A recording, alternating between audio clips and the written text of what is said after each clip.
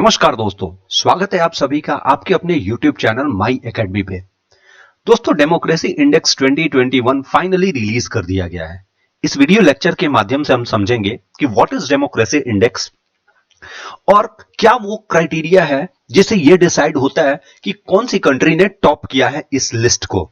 चलिए बिना देर किए हुए इस वीडियो की शुरुआत करते हैं। इस वीडियो को लाइक, शेयर और सब्सक्राइब करना बिल्कुल ना भूलें। दोस्तों, बात करते हैं डेमोक्रेसी की, यानी लोकतंत्र, यानी लोगों का तंत्र। लोग अपनी मर्जी से अपने रिप्रेजेंटेटिव्स को चुनते हैं और उन रिप्रेजेंटेटिव के द्वारा ही उन पर शासन होता है। जैसे हम बात करते हैं इंडिया की, हम अपना वोट करते हैं और हमारे द्वारा ही चुने गए रिप्रेजेंटेटिव हमें रूल करते हैं।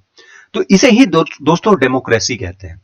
दोस्तों, इकोनॉमिस्ट इंटेलिजेंस ये वो एजेंसी है जो कि रिस्पॉन्सिबल है इस लिस्ट इंडेक्स को पब्लिश करने के लिए।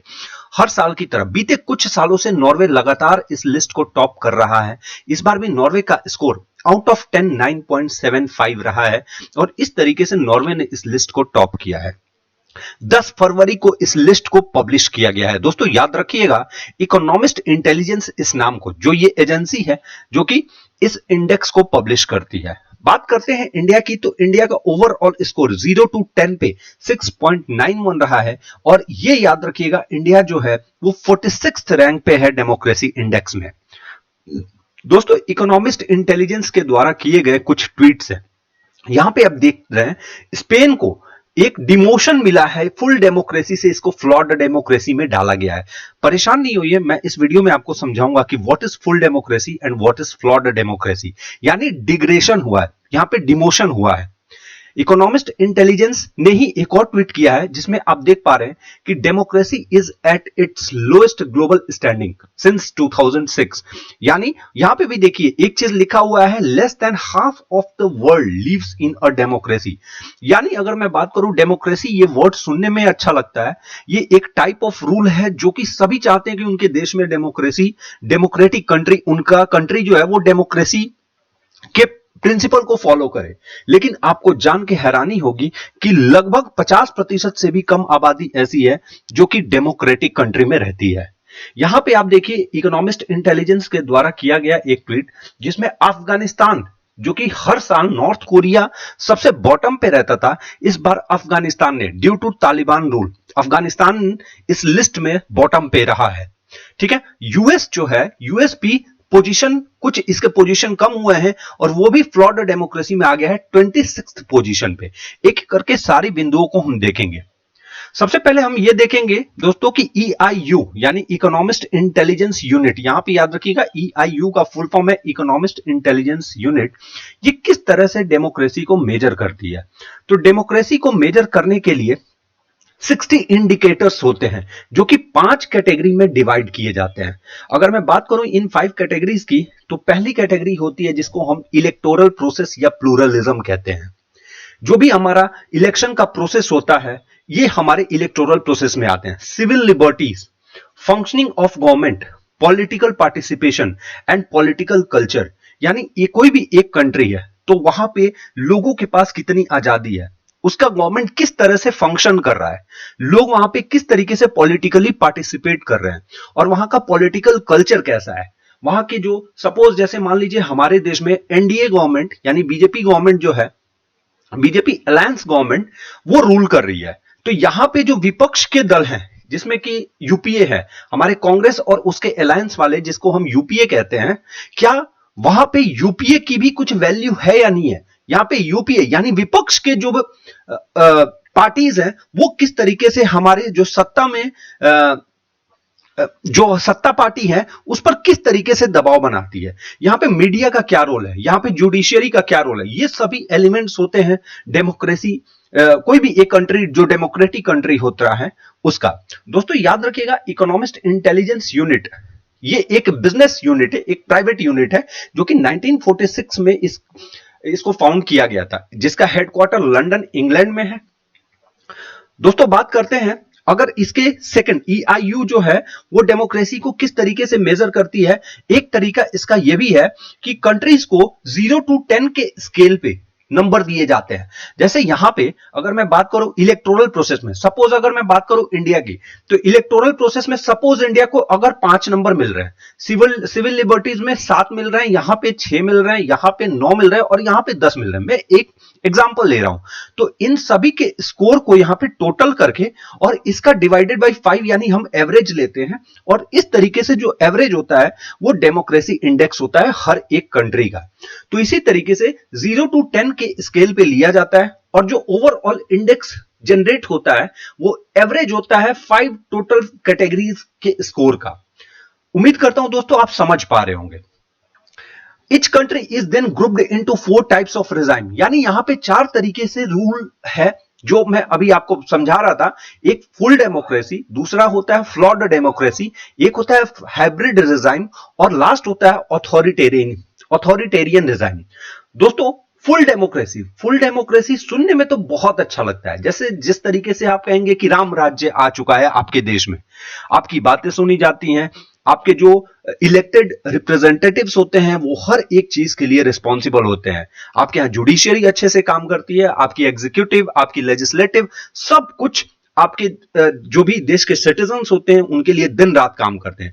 और इसी में जो सबसे निचले पायदान पे होता है उसे हम कहते हैं ऑथोरिटेरियन रिजाइम। ऑथोरिटेरियन यानी डिक्टेटरशिप, मोनार्की, यहां पे राजतंत्र आ गया हो, एक आदमी जो कुछ भी कहे, सपोज नॉर्थ कोरिया, तालिबान, यहां पे एक फरमान सुना दिया जाता है चाहे लोगों को पसंद आए या ना आए। तो आप समझ सकते हैं डेमोक्रेसी का स्तर जैसे जैसे हम नीचे जाते हैं ये गिरता जाता है। बाकी यहां पे स्लाइड्स में दिए गए हैं, ये एक आप वीडियो को पॉज करके आराम से इसको पढ़ सकते हैं। ये स्लाइड्स आपको हमारे टेलीग्राम चैनल पे भी अवेलेबल रहेंगे। दोस्तों हम बात कर रहे हैं यहां पे जो इंडेक्स रिलीज हुआ है, यहां पे अगर हम बात करते हैं, ये देखिए ऑथोरिटेरियन रिजाइम, यानी अगर कोई भी कंट्री है जिसको 0 to 4 के बीच में स्कोर मिला है तो वो ऑथोरिटेरियन की कैटेगरी में आता है। 4 से 6 के बीच में है तो वो हाइब्रिड में, फ्लॉड की अगर मैं बात करूं तो 6 to 8, एंड फुल डेमोक्रेसी की बात करूं यानी 8 एंड अबव, 8 to 10 के में स्कोर करने वाले जो कंट्रीज हैं वो फुल डेमोक्रेसी वाले हैं। यहां पे टोटल ऐसे 21 कंट्रीज हैं जिन्हें फुल डेमोक्रेसी में रखा गया है। अगर मैं बात करूं फ्लॉड डेमोक्रेसी की तो टोटल 53 कंट्रीज हैं, यहां पे 34 कंट्रीज हाइब्रिड में, ऑथोरिटेरियन में 59 कंट्रीज हैं। यानी अगर मैं बात करूं यहां पे आप देखिएगा ये टोटल कंट्रीज जो है 167, यानी दुनिया के सभी देशों को नहीं, यहां पे टोटल आउट ऑफ 167 कंट्रीज जो है इस इंडेक्स को 167 कंट्रीज को यहां पे देखा गया है कि वहां पे किस तरीके से रूल होता है। अगर मैं कंट्रीज की बात करूं यहां पे निकाला गया है, यहां पे परसेंटेज है 12.6%, 31.7% और इसी तरीके से 20.4% है जो कि हाइब्रिड डिजाइन के अंडर में है, और 35.3% ऐसे कंट्रीज हैं जो कि ऑथोरिटेरियन डिजाइन के अंडर में है। दोस्तों यहां पे सबसे इंपॉर्टेंट डेटा ये है वर्ल्ड पॉपुलेशन। यहां पे देखिए ओनली 6.4% वर्ल्ड पॉपुलेशन ऐसे हैं जो कि फुल डेमोक्रेसी के अंदर सरवाइव कर रहे हैं, सिर्फ 6.4। यहां पे फ्लॉड डेमोक्रेसी देखिए, हमारा जो इंडिया है ना ये फ्लॉड डेमोक्रेसी में आता है, यहां पे 39.3। अगर मैं इन दोनों को ऐड भी कर दूं तो आप देखिए 6.4 and 39.3 around it will be around 45%, तो यानी लेस देन 50%, जो कि इस वीडियो के शुरू में मैंने आपको बताया था कि हमारे दुनिया की लगभग आधी आबादी से भी कम जो है वो लोकतंत्र में जी रहे हैं। तो वो यही डेटा कैलकुलेट किया गया था कि फुल डेमोक्रेसी और फ्लॉड डेमोक्रेसी के जितने भी पॉपुलेशन है उनको एक साथ किया गया था, तो ये लगभग अराउंड जो है 45% के आसपास होते हैं। यहां पे देखिए दोस्तों more than 1/3 of the world population lives under authoritarian rule. ये देखिए 37.1% जो पॉपुलेशन है वो ऑथोरिटेरियन यानी मोनार्की, डिक्टेटरशिप के अंडर में रह रही है, while just 6.4% enjoy full democracy. ये डेटा मैंने आपको ऑलरेडी समझा दिया है। दोस्तों बात कर रहे हैं यहां पे अगर हम रीजन की, तो पूरे जितनी भी दुनिया है हमारी इसको 7 रीजन में बांटा गया है। ये कॉन्टिनेंट की बात नहीं हो रही है दोस्तों। यहां पे आप देखेंगे कि चौथे नंबर पे एक रीजन है एशिया एंड ऑस्ट्रेलेशिया, यानी हमारा जो देश है, हमारा जो महादेश है और ऑस्ट्रेलिया, तो इनको मिला के एक नाम दिया गया है एशिया और ऑस्ट्रेलेशिया, जो कि कंबाइंड रूप से 4th पोजीशन पे है, जिसमें 28 कंट्रीज आते हैं। सिर्फ इसी डेटा को उठा के मैं इस टेबल को समझाने की कोशिश कर रहा हूं।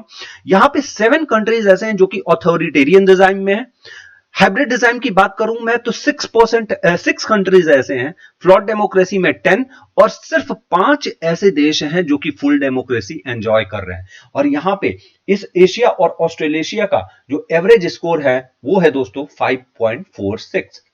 तो ये भी याद रखिएगा कि जो आपका कॉन्टिनेंट है एशिया वो 4th रैंक पे है। दोस्तों माई एकेडमी आप सभी के लिए UPSC, state PSC, banking, SSC सभी तरह के कोर्स लॉन्च कर रहा है। जितनी जल्दी हो सके आप माई एकेडमी चैनल को ज्वाइन करें और अपने एग्जाम की तैयारी कंटिन्यू करें। दोस्तों डेमोक्रेसी इंडेक्स 2021 की हाइलाइट्स की अगर हम बात करें तो यहां पे टॉप 5 नेशंस में याद रखिएगा नॉर्वे सबसे पहले नंबर पे है। न्यूजीलैंड दोस्तों पिछले साल ये जो आइसलैंड है 5वें नंबर पे, इस साल न्यूजीलैंड आ गया है दोस्तों। न्यूजीलैंड यहां पे ये फुल डेमोक्रेसी में आ चुका है New Zealand. Then Finland, Sweden and Iceland. दोस्तों अगर बॉटम 5 नेशन की बात करें तो सबसे नीचे है अफगानिस्तान, उसके ऊपर म्यांमार, नॉर्थ कोरिया, यानी नॉर्थ कोरिया का आप कह सकते हैं प्रमोशन हुआ है।